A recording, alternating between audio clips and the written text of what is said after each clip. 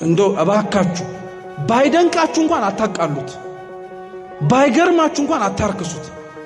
በጣም ነው የሚደንቀው።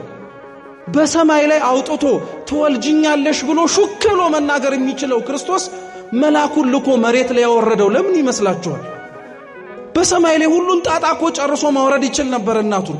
ሰማይ ድረስ ያላወጣት መሬት ላይ የምትመላለስ ተአምር እንዳለች ልብ እንድንል።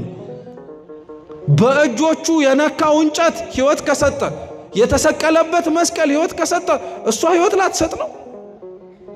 እሷ ታሪክ ላትቀይር ነው? እሷ ሕይወት ላታስተካክል ነው?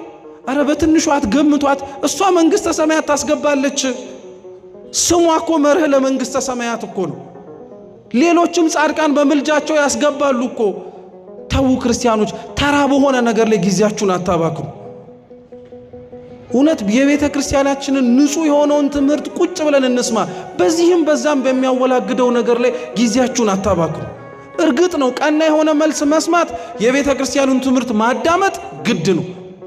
በሰማችሁት ወሬ ሁሉ ባደመጥነው ውርጅብኝ ሁሉ ግን አትረበሹ።